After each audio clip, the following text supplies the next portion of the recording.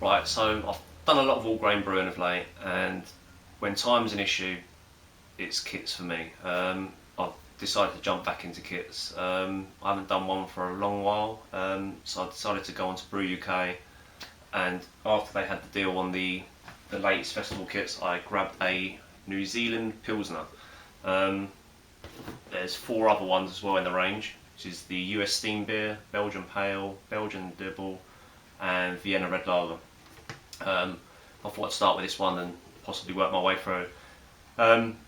There's a lot of good kits out there, but I think these are kind of the benchmark now in terms of the world of kits. I started off with the Wherry, but these are sort of the gold standard for kits, and I don't see why anyone couldn't really start with this, because you know you're going to get much better beer, I think, from the kits that are available now than some of the other ones that need the extras. Whereas this one comes with everything you really need to do what you would do to some of the single can kits to make them, you know, taste that little bit better.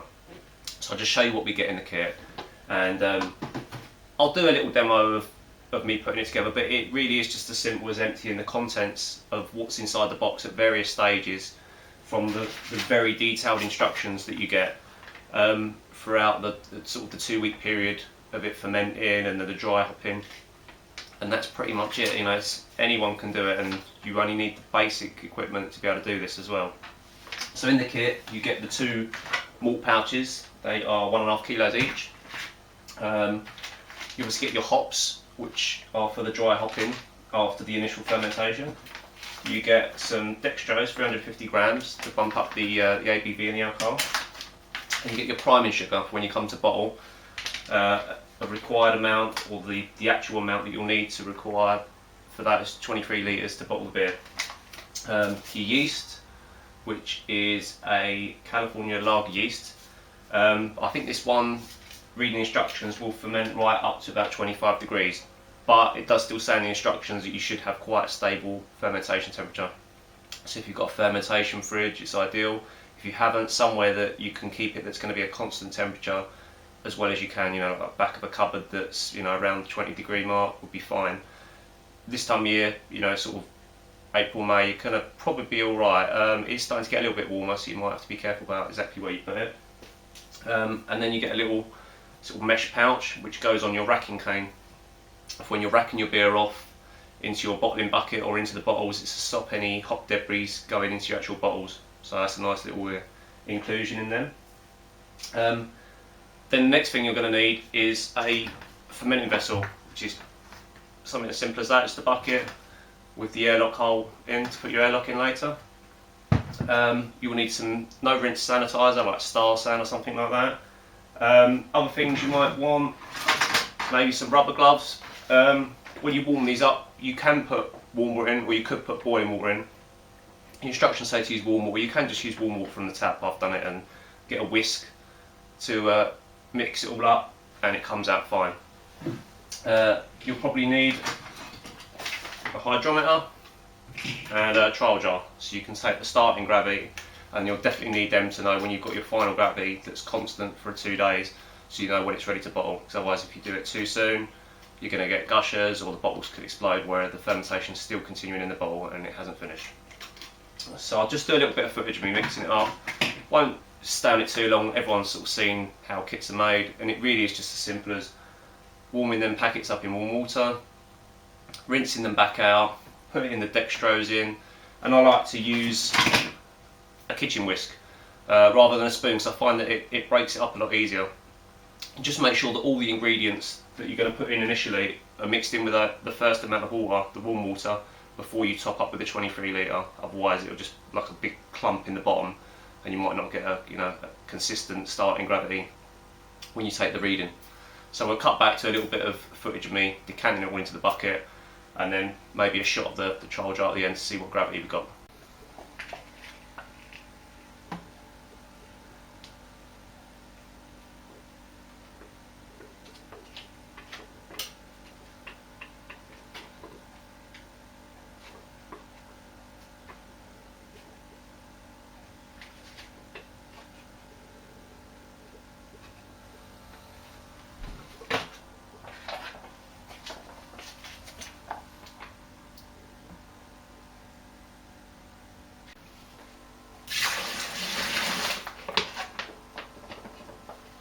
See, quite clean. There's only a little tiny bit left in there. A bit more hot water on that be out. Next, we can add the dextrose.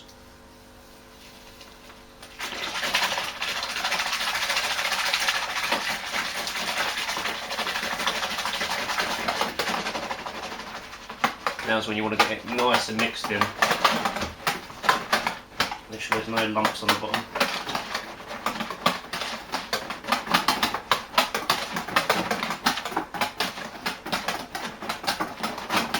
And then we're just going to top it up to 23 litres. Right, so all the water's topped up to 23 litres. The final thing to do is add the yeast. Once you've checked the temperature and it's below 25 degrees, as per the instructions, I'm just going to sprinkle that on top. Fit the lid.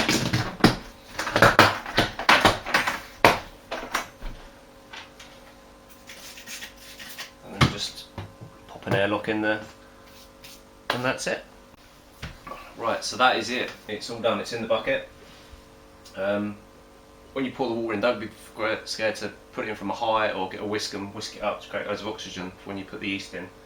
I've done a hydrometer reading, a bit lower than I thought it would be. I've got 1040, but I thought it'd be more of a 1050.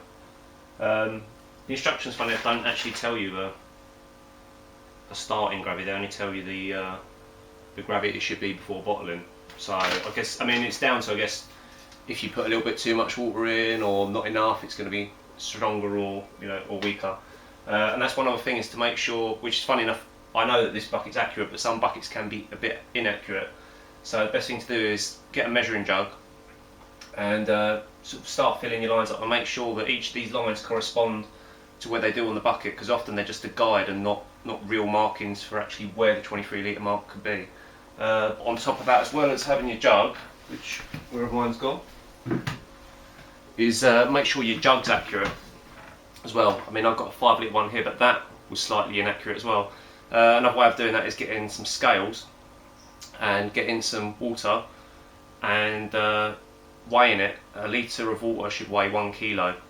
Obviously, you need to make sure your scales are correct, you know, but you know, you've got to stop at some point. But if you can get a rough idea that you've got at least definitely a litre when you're pouring it into that, you can go up and check where the markings are, because sometimes it can be out. I mean, this jug was wildly out, so it's always worth checking that. And if that's going to be your bucket that you constantly use for kits, you could be always making them slightly weaker, or, you know, not putting enough water in because of what you're using to transfer the water, and by going the guide on the fermenting vessel. So we're going to ferment this out for 5 days, I think it is. Then we're going to add the hops, and then we'll do another hydrometer reading to make sure it's down to the gravity that's required. Bottle it, and then when you come back, you'll see me tasting it, and I'll give my verdict on what I think it's like. It's review time for the Festival Pilsner kit that we brewed up. It's been just over 2 weeks in the bottle, but it did take a long time to ferment out. The instructions do state to add the hops after about a week, or I think it's 5 days. But I found with my kit that the fermentation was going on a lot longer, and adding the hops too early, the dry hopping, while the fermentation's still going on, it's so vigorous, it's just going to drive off all the hop aroma. So it's advisable to sort of check that yours has kind of like started to slow down with the fermentation, rather than sort of really sort of going full guns. Mine went for a good 2.5 weeks actual fermentation before it kind of dropped quite low in the gravity, and then even after adding the dry hop, it seems to kind of reinvigorate it a little bit, and that was kind of another 5 days while that was in there. So it kind of ended up being a lengthy process, but kind of have the patience to wait before you add the dry hops, just because if you add them too early, it's going to drive off all that aroma. And also is to make sure that it's fully fermented out before bottling. Make sure that it is going to drop those final gravity points when you take your hydrometer reading, because otherwise you're going to get overcarbonated beer and it's just going to be a nightmare. So I'm going to pour it in this tool. This might give it a bit of a large head, but we'll see.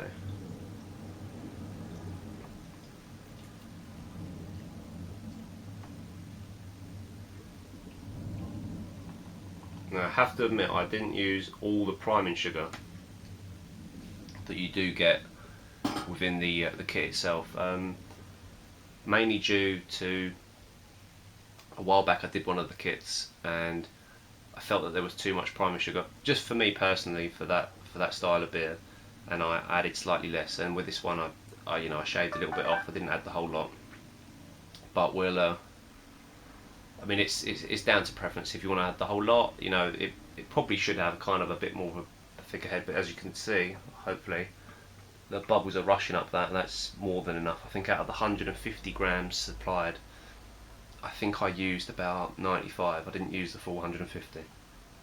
But then I do like a kind of slightly less carbonated beer, but each to their own. Anyway, instantly it's hop. Really kind of, I'd say lemony stroke melon. Little bit citrusy, but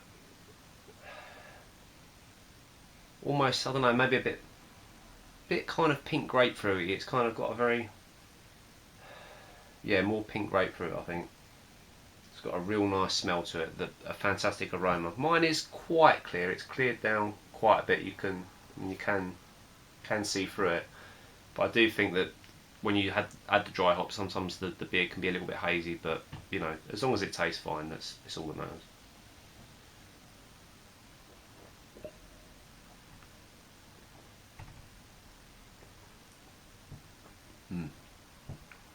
It's very good for a kit beer.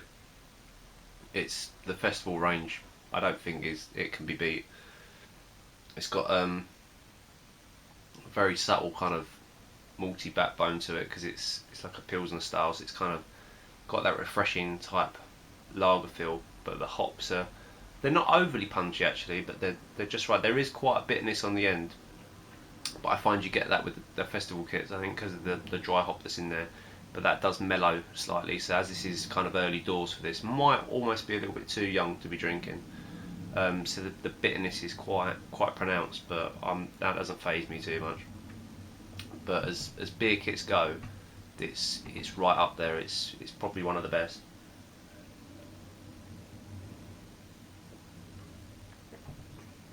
I did brew the Festival Golden Stag, and that was a fantastic beer. But this is equally on par with that. It's fantastic. When you consider how easy this kit is to knock together, a simple case of pouring the ingredients into a bucket, adding the hot water, topping up with cold water, making sure it's all mixed in. This did come under gravity for some reason compared to the kit. I think mine came out about 4% instead of the 5%. I still don't know why. All my ingredients were exactly mixed in, but it doesn't matter so much. It's definitely more of a session beer now. And when it tastes this good, I don't think it'll be around for very long. So if you've never brewed a kit before, these are definitely the kits to go to. If you like your hoppy beers, like something with a bit more punch and a bit more flavour, you've got to try the festival range because they've got the most flavour. They're easy to brew. They're very reasonably priced for what you get, and you can't go wrong. I don't think for a kit. They're the gold standard of beer kits, I think. Cheers.